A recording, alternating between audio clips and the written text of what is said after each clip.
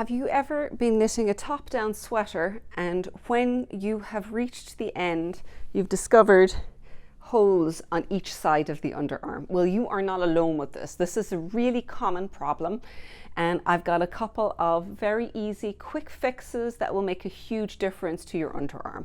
There are ones you can do as you're going through the body, and there are other ones that I most commonly use myself because I just find them immensely handy.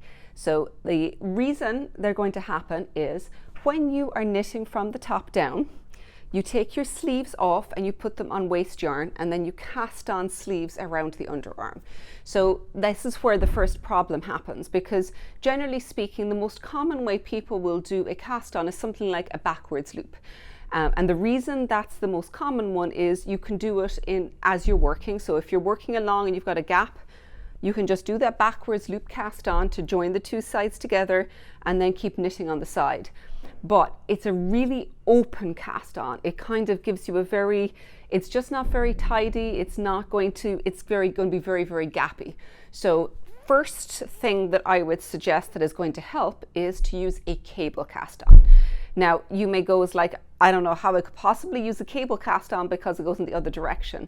And that's exactly what you do. If you're coming along and you're trying to join two sides of the underarm, turn to the wrong side of the work, and then you will pick up stitches on the wrong side, or you will, start the cable cast on between those, turn back to the right side, and then you can continue on. So that's the basic way I will tend up joining the two. If you have to join two bits of knitting together like this, the most common way of doing it is using a backwards loop. So this is the right side of your work, and to do the backwards loop, it's just like it sounds. You do loop like this, wrap your finger around to create a loop, pop it on. So it's very fast to do, and the yarn in the direction you're working on is going to match up. So when you go over here, you never have to turn your work. However, my preference is for a cable cast on, and the reason for that is it forms a much nicer join between the two, and it's very, very firm cast on. But you can't do a cable cast on like this. You have to turn to the wrong side of your work, and then you will work the cable cast on the wrong side like so. Going in between the stitches, casting on stitch. You're just going to cast on the wrong side like that. And when you've cast on the number of stitches you want, you turn back to the right side, and then you can again join the work, same as you did before, and just begin working like this. Second tip in relation to that cast on is you can go ahead and do one extra stitch and then lift that over the end, which can kind of help join that gap in a knittle. So this will allow you to remove the first problem you get with the underarm, which is to try and reduce the gappiness that you have at each side of that underarm. Now this is a situation as well where you've got a cast on, you can get gaps here and over here. So the kind of things you can do that will help is if you do one extra cast on for your cable cast on, when you go to do the next stitch like this, you've got one extra stitch, so you can take that final stitch that you did and lift it over the next stitch. So it can just help to join that up a little bit as you work. Now, I don't do this very often, but something that I know some knitters have done that was quite successful is you leave two stitches out in that initial cast on. So if your cast on says cast on 8 stitches across the underarm, cast on 6 stitches instead of 8 stitches, so 2 stitches less. Then when you come back on the next row, the place where it's a little bit gapped at each side where you cast on, pick that loop up and knit into the back of the loop to twist it close, and to basically use the place where the gap has formed to pick up a stitch. So you're basically taking that loose yarn and creating a stitch out of it in each end. And if you've cast on 2 stitches less, what that is actually going to mean is you have got exactly the right amount of stitches. You're not adding any extra stitches in. So they're the first things that I would suggest as you're knitting through the body and when you're casting on those underarm stitches to begin with. Second stage, so if you never did this and you went on, you go, oh, I've got this horrible big gaps in each side. What am I going to do? This is the one that I use most often, and if you've done a knit along with me or you've knit a garment with me before, you'll see that I'll often actually either say it in the pattern or show it in the videos as I'm going through. So, and I'm going to share that with you now, and I'll show you a little video on how to do it. But what you're trying to do with that is when you go to pick up stitches for your sleeve, you'll have your live stitches up here, and you're going to start in the middle of the underarm, pick up half the stitches, work the live stitches, and pick up the second half of the stitches. So the middle of your underarm is the start of your round. If you had 10 stitches that were cast on, you'll have 5 at the start and 5 at the end. But if you want to avoid that gap, what you can do is pick your 5 stitches up, and then you'll see a gap between where you've got the cast on stitches and where you're going to have the stitches that you begin your work with. So right in there, you can just pick up and knit 1 extra stitch. Then when you come around to the other side, before you go to the underarm stitches where you've got that really gappy area in there, pick up and knit a stitch there, and then work on the other ones. Now, this method will give you 2 extra stitches.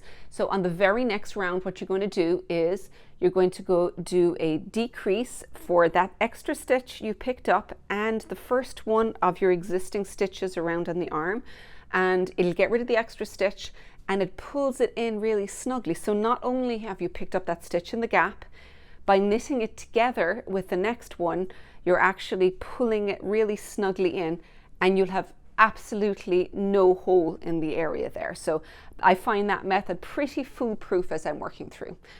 So let me show you what that's going to look like.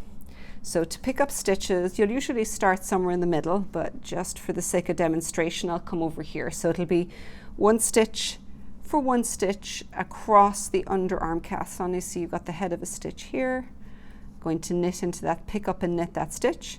Now that's the end of the cast on stitches, but this is the start of the actual stitches that were held. So you can see there's a gap. So what I will do is I will look for the spot that is snugger. So that's not going to work, but over here is going to be a little bit better.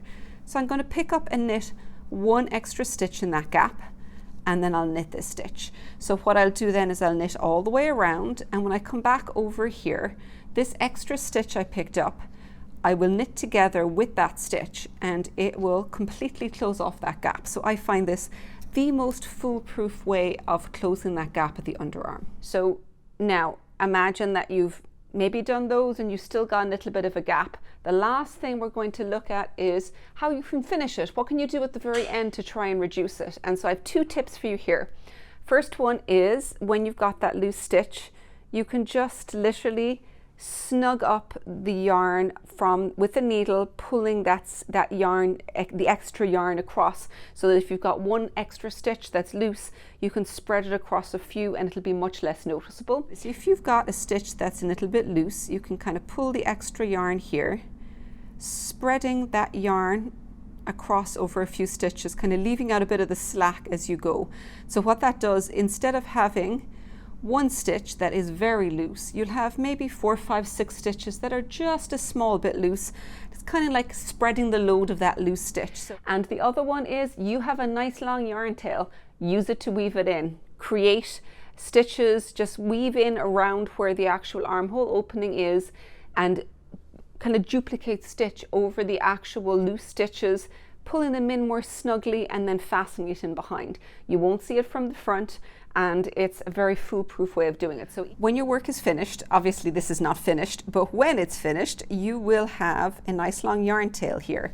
So if you still find there's a little bit of a gap here, I will get myself a darning needle and basically just go over and back in through the stitches as the way they're meant to be set up, but just snug it up a little, but using the yarn tail you have here. So you can do it on this side and this side to snug it up. So even if you haven't done the other 2 methods as you work through, you still have the option, either with the yarn tail or adding an extra yarn, to snug all of those areas up in the underarm, so that when you lift up your arm, you're not going to have a big gaping hole on each side, and you will be proud of everything in your sweater from start to finish. So if there's anything else you'd like to see in our Ask a Knitter series, make sure you leave it in the comments below here, and make sure you subscribe so that you don't miss any future videos in this series. Thanks for listening.